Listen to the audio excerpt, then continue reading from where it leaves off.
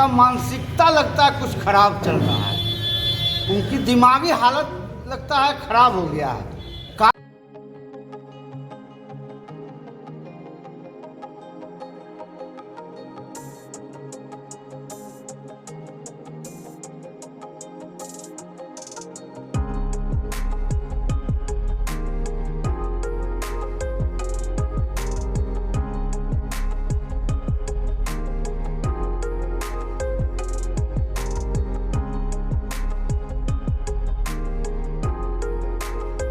कि जब जिसने घटना किया आशीष चौधरी, पुलिस दबाव में जब वो समर्पण कर दिया और उसका बयान भी आ गया, उसने साफ बयान दिया है कि मुझे किसी ने नहीं बहकाया, न किसी ने भगाया, न किसी ने मदद किया।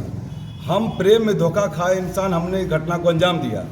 उसके बावजूद भी स्थानीय विधायक विजय कुमार सिन्हा जी बार बार यहाँ पे प्रेस कॉन्फ्रेंस करते हैं और आंदोलन की धमकी देते हैं और जिसके साथ घटना हुआ है उसके परिवार को बहकाते हैं और एक हमारे सभापति अरविंद पासवान जी के नाम लेकर के कि उसने मदद किया, उसने ये भगाने काम किया। हम अब पूछना चाहेंगे कि जिसने घटना किया जब वो बयान दे रहा है और ये इस तरह का बयानबाजी करवा रहे हैं, इसे साबित क्या होता है? क्या घटना वक्त विजय सिन्हा जी वहाँ पे थे या फिर अरविंद पासवान जी का कोई ऐसा वीडियो है, कोई फोटो है जिससे साबित होता है कि अरविंद पासवान जी ने उसको भगाने का काम किया या उसको समझाने का काम किया? इससे साफ जाहिर होता है कि ये द्वेष, राजनीतिक द्वेष, जिस समय गठबंधन में था जदयू और ये भाजपा, उस समय भी इनका राजनीतिक द्वेष इनसे हमारे सभापति के खिलाफ था। इससे साफ जाहिर होता है कि हमारे सभापति दलित समाज से आते हैं और दलित समाज को इस तरह तंग तवा करना एक स्थानीय विधायक के द्वारा अच्छी बात नहीं है, ये शुभ संकेत नहीं है उनके लिए। लखीसराय की तमाम वार्ड पार्षद, 33 वार्ड पार्षद में एक को छोड़ दीजिए, 32 वार्ड पार्षद एक हो करके अरविंद पासवान जी जो निर्दोष हैं उनके लिए सब तैयार हैं। अगर इस तरह का रवैया उनका रहा विधायक जी का तो हम लोग उनका पुतला दहन करेंगे, हम उनके खिलाफ जन आंदोलन भी शुरू कर देंगे।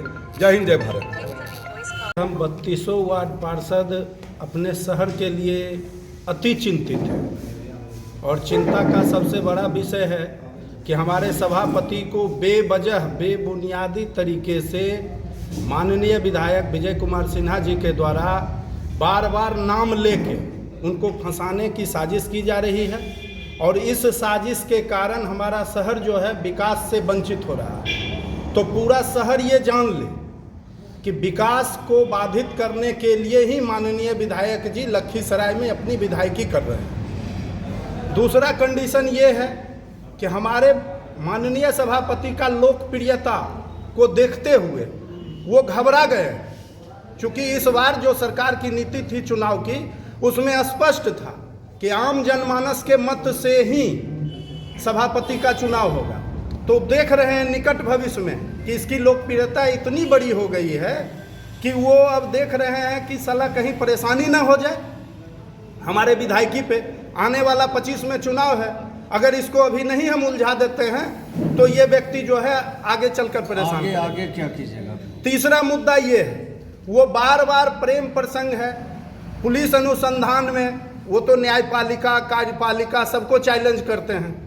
तो न्यायपालिका और कार्यपालिका को ही आप चैलेंज करते हैं, पुलिसिंग को चैलेंज करते हैं, तो आपके पास कोई अनुसंधानिक तंत्र है क्या कि जिस तंत्र से आप उसको न्याय दिलवाइएगा? आपका कार्यकर्ता कहीं संगठन, आपके संगठन का कार्यकर्ता कहीं आड़ा उड़ा के पास एक बार कुछ हार्ट अटैक या कुछ हो गया या भीड़ के कारण मृत्यु हो गई तो आपका संगठन उसको आके पैसा देता है।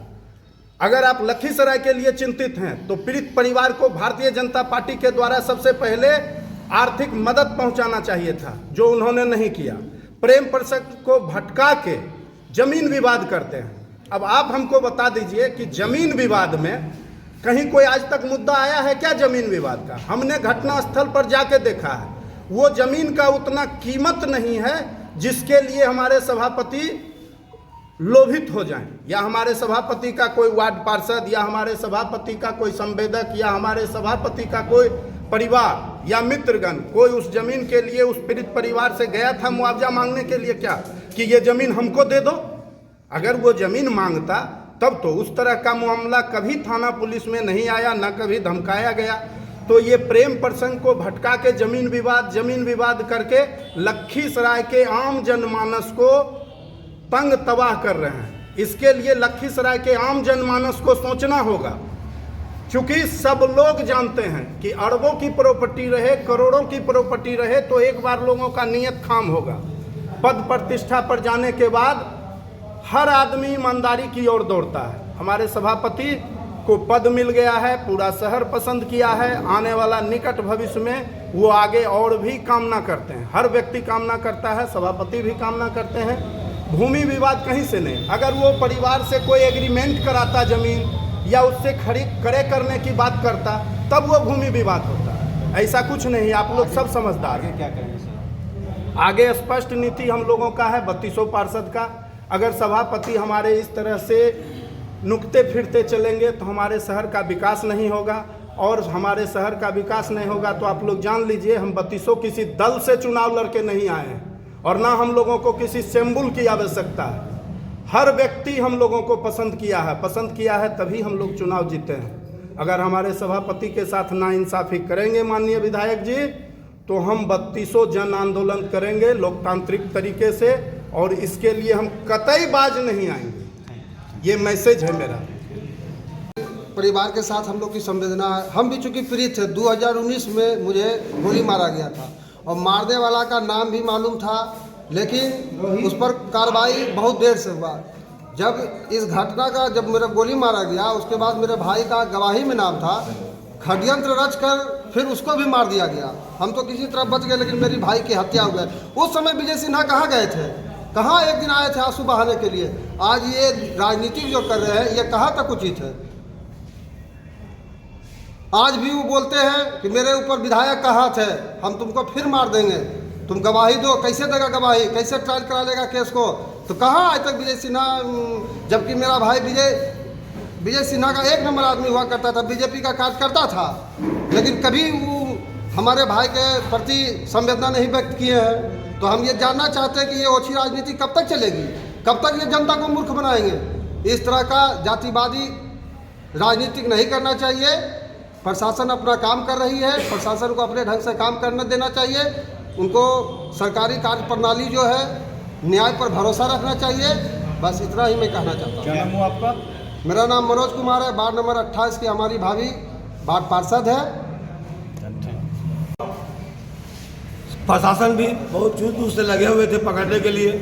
संयोग बस ये अपने बुद्धि से चालाकी से कहीं दूर चला गया, और जब लखीसराय आया और अपने सरेंडर किया और आपने सारा बयान दिया, जो हत्यारा खुद बयान दे रहा है कि हम दुर्गा झा का पति है और वो मेरा पत्नी है। यहाँ प्रेम प्रसंग की बात भी नहीं है, वो खुद बयान दिया कि मेरी पत्नी है, मैं 4 साल जो है पटना में हम रहा हूँ, और बयान के साथ उसने सारा चीज़ अच्छा कि कोई इसमें दोषी नहीं है। जब हत्यारा खुद बोल रहा है कि कोई दोषी नहीं है, मैं खुद मारा हूँ सबको, और मैं किस कारण से मारा हूँ, क्योंकि मुझे बर्बाद करके रख दिया था, मैं सगर से बर्बाद हो गया था, परिवार से भी चला गया। आप लोग का क्या मांग है ये बताइए? मेरा मांग है कि अगर अभी भी सुधार नहीं आएगा, प्रशासन को बदनाम करेगा, लोगों को बदनाम करता है, लोग दिग्भ्रमित हो रहे हैं, लेकिन लोगों में विश्वास है कि अरविंद पासवान जी जो है निर्दोष है, वो महादलित परिवार से आते हैं, इसीलिए इनको सताया जा रहा है,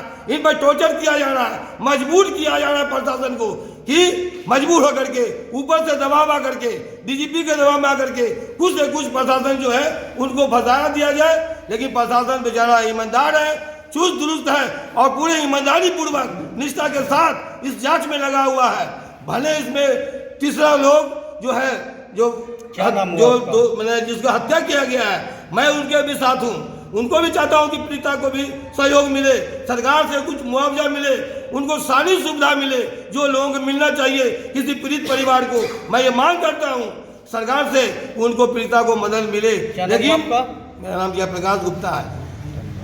देखिए, आज जो है प्रेस कॉन्फ्रेंस, इसमें जो है सो मेन मुद्दा है सभापति का, और घटना जिस दिन हुई है उससे 2 दिन 3 दिन तक बाद पीड़िता के द्वारा कहीं भी अरविंद पासवान का नाम नहीं है। जिस दिन विधायक जी यहाँ पहुँचे और उसको जो है सो कानाफूसी करके मुंह में उंगली दलवा के उसका नाम बुलाने लगे, ये सारी जनता जान रही है लखीसराय की, और आप लोग भी मीडिया वाले सब दिखा चुके हैं कि कैसे वो इसको जो है तो बल दिए। ये उनका जो है वो अच्छी राजनीति है, इससे उनको नुकसान होगा, यहाँ का जनता समझ रही है।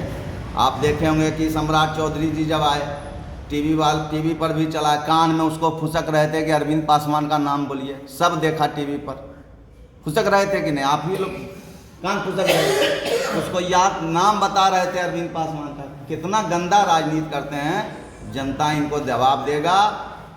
जितना इनको सड़कों पर हम लोग बैठा के रखे हैं, इनको समझ में आ जाएगा चुनाव में कि क्या होगा। क्या नाम हुआ आपका? लक्ष्मण सिंह नाम। मेरा 3200 वार्ड पार्षद का मांग तो यही है कि हमारे सभापति पर जो स्थानीय विधायक विवेक कुमार सिन्हा जी जो इल्ज़ाम लगा रहे हैं, वो बेबुनियाद इल्ज़ाम लगा रहे हैं और प्रशासन को भी बदनाम कर रहे हैं। ये तो उनका मानसिकता लगता है कुछ खराब चल रहा है, उनकी दिमागी हालत लगता है खराब हो गया है।